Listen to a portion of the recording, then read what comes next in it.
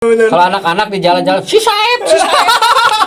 Wis, gokil. Ya intinya malu nggak diajak aja.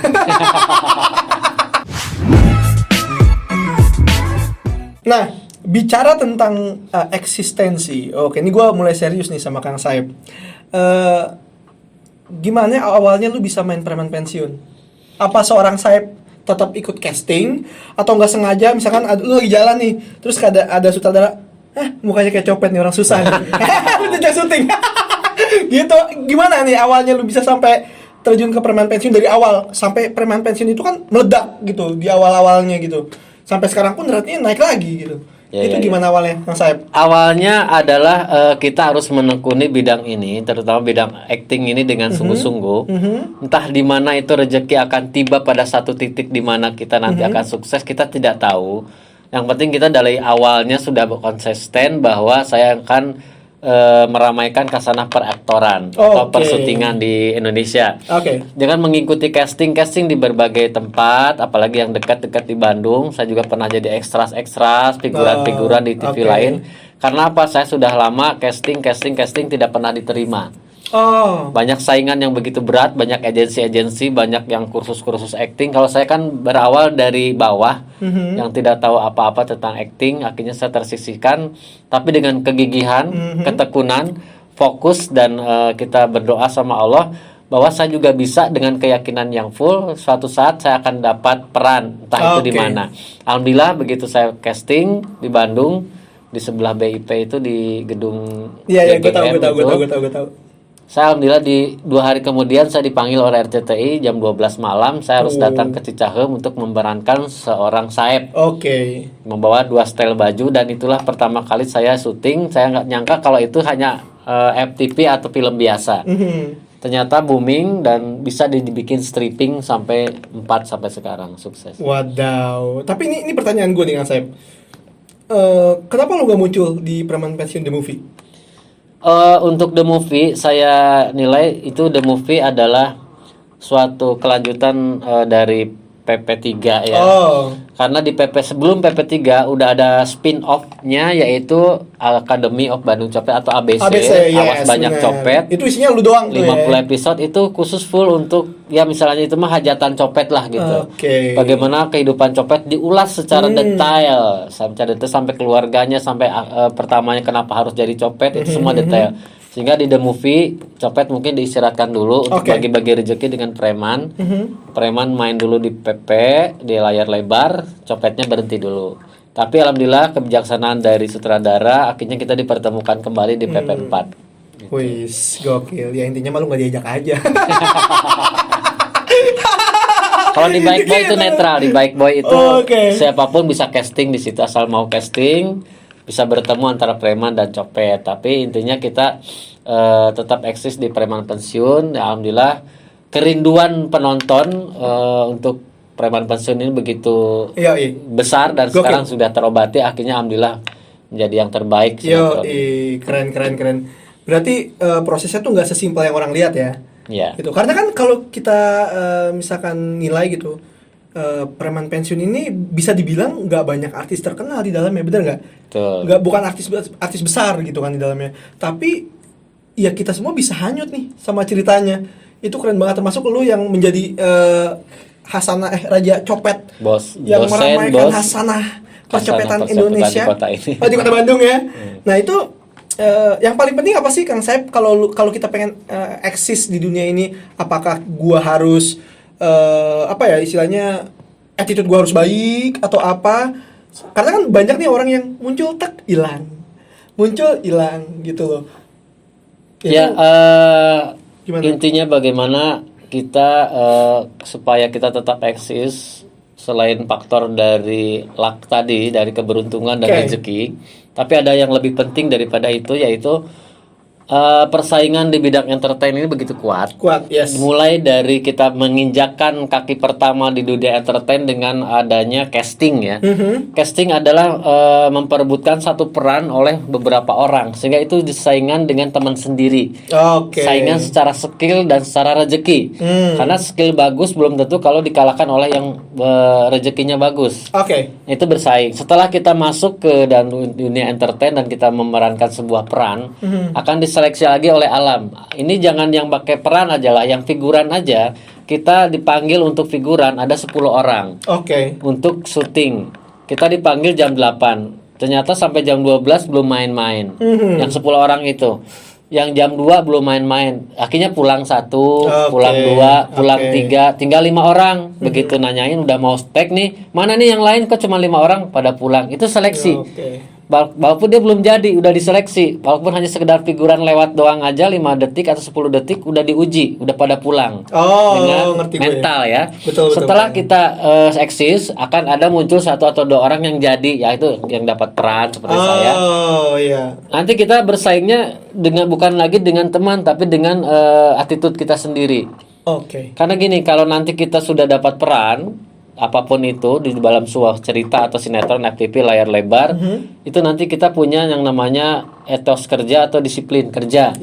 Kalau kita bagus disiplin kerjanya, misalkan di calling jam 7 datang jam 7, calling jam 10 datang jam 10. Dan kita fokus, kalau sudah tekan kontrak, fokus untuk tidak menerima job yang lain. Itu akan diseleksi. Nanti kalau kita fokus dan kita selalu jujur dan kita selalu disiplin, insya Allah itu akan membuat kita menjadikan kita terus eksis. Nah, setelah eksis itu kita tadi akan diuji lagi dengan attitude yang terakhir. Yang tadi lu bilang bersaing dengan attitude sendiri. Setinggi-tingginya dia karir puncaknya dalam suatu bidang acting, tetap akan ada badai, yaitu badai attitude.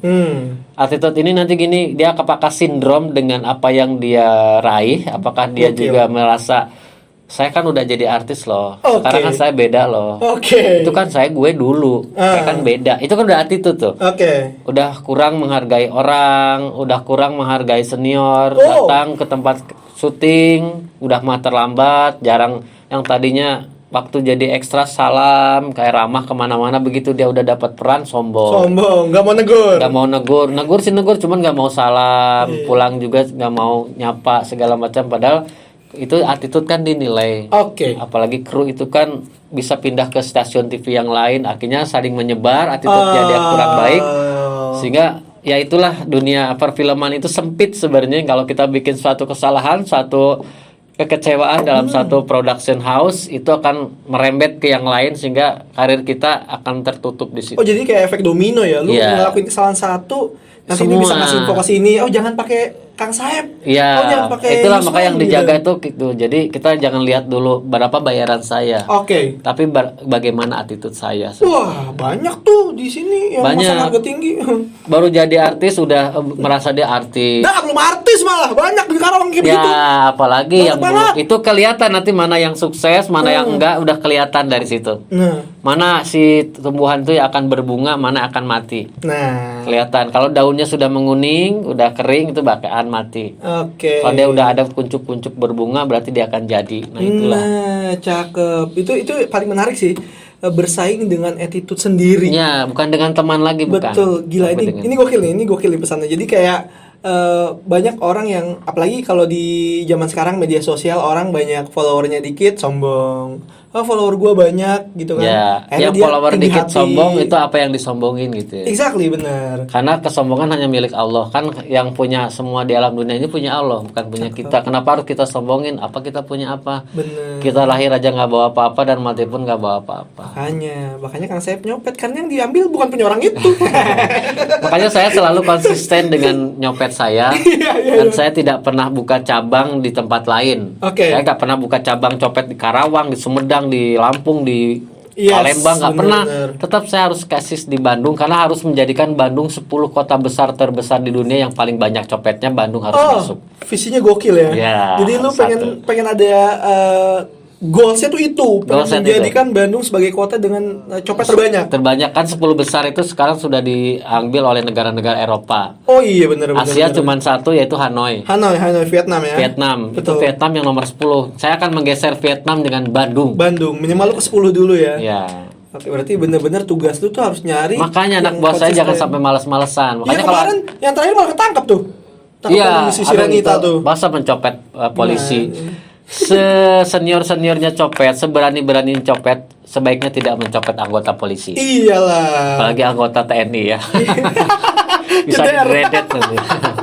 Oke, ini gokil nih pembahasannya. Tapi ya balik lagi, omongan Kang Saip tuh menarik buat gua karena semua butuh proses.